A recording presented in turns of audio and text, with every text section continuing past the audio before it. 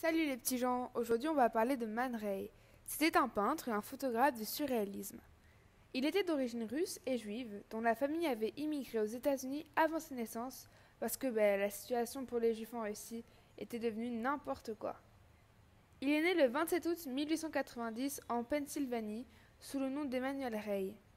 À l'école, il excellait en art et en tout ce qui touchait à l'architecture. On lui a même proposé une bourse scolaire pour une très bonne école d'architecture, mais il l'a refusée pour commencer sa carrière d'art.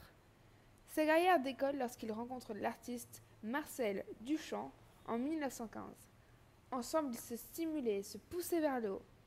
Puis Marcel est reparti en France et, en 1921, Man Ray le rejoint à Paris. C'est ça qui lui a permis de rentrer dans le game. Au début, sa carrière était au top. Puis les gens s'en sont lassés et au bout d'un moment, ses revenus étaient plus suffisants pour qu'il finisse les fins de mois.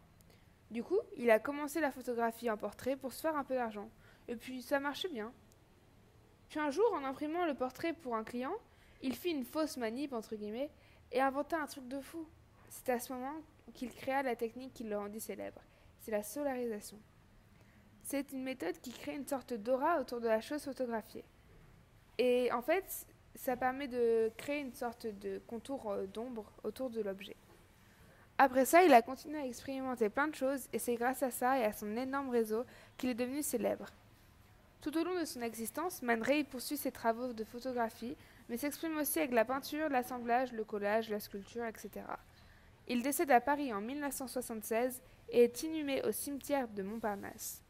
On peut lire sur sa prière tombale l'inscription Unconcerned but not indifferent, qui veut dire détaché mais pas indifférent. Man Ray deviendra l'un des plus grands artistes dadaïstes et surréalistes en révolutionnant la photographie mondiale.